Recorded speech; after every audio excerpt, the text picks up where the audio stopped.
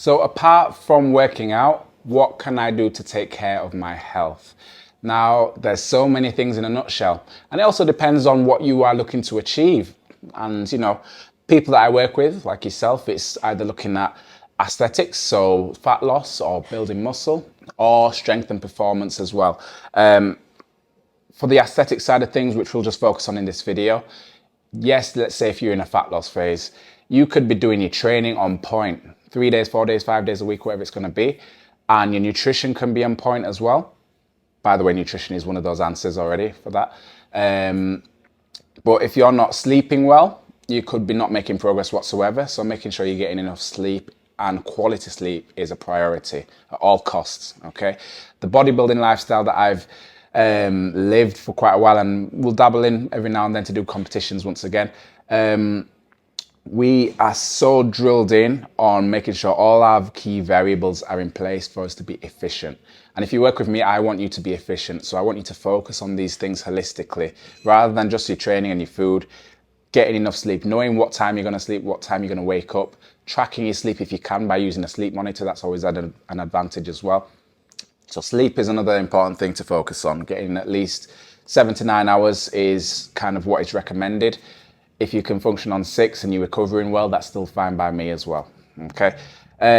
Water intake. We don't get enough water in. I can be a culprit for it sometimes. I can be guilty, and I'm sure you are as well. So ask yourself right now, how much water have I had to drink today? And I, at the time of recording this, have drank pretty well today. I won't lie to you. I've had about 3.5 litres. You will have a water target. It could be 3, it could be 4, it could be, in some cases, 5. It depends on the person. It depends on how much that person weighs, how big they are, because the bigger you are, in a sense, without going too much into the science, you will need more water to keep your body hydrated. The smaller you are, the less you need, but you'll still need a lot as well, okay? So water to keep yourself hydrated and keep your body functioning properly, because there's so many internal processes going on that we're unaware of. Our body's keeping alive more than we realize, and water is so important for keeping that in a perfect balance as well, okay? So sleep, we've got water, we've got steps, especially if you're in a fat loss phase.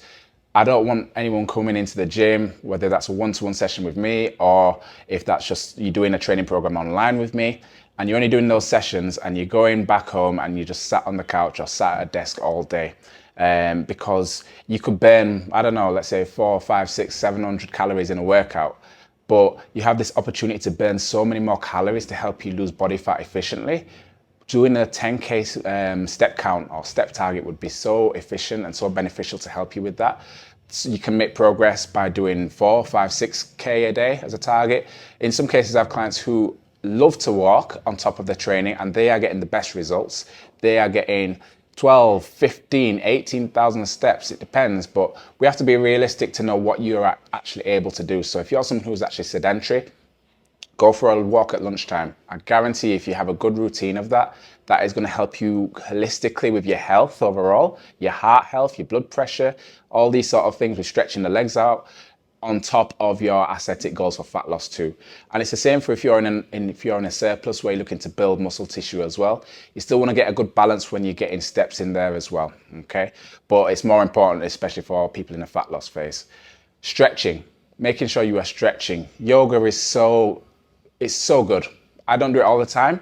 I stretch almost every day for at least 15 minutes, sometimes half an hour of just stretching or foam rolling, just to loosen up my body and look after it.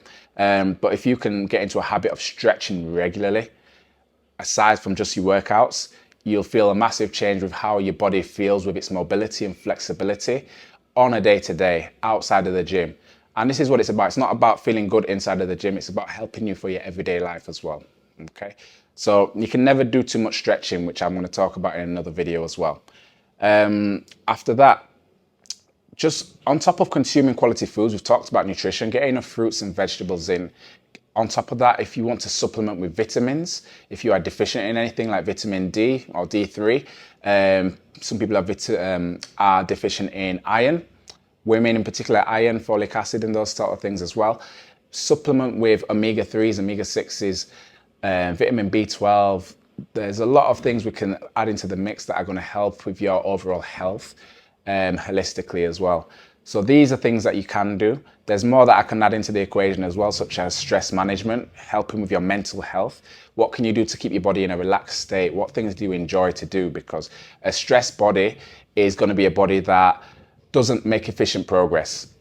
If your body's too stressed, it can hold on to its current state no matter how much effort you're putting into everything else. I've learned firsthand, I've done it, I've tried it, I fell into it. I've wondered why I've not made progress, and my body's just been stressed, my mind's been stressed. And it's one of the biggest hurdles or barriers that people don't look at enough.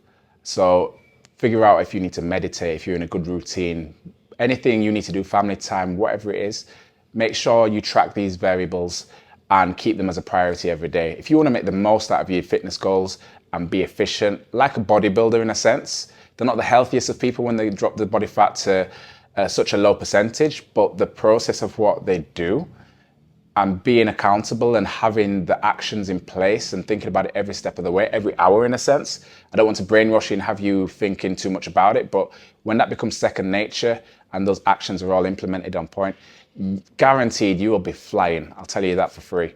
So yeah, that answers it. I'll see you in the next video.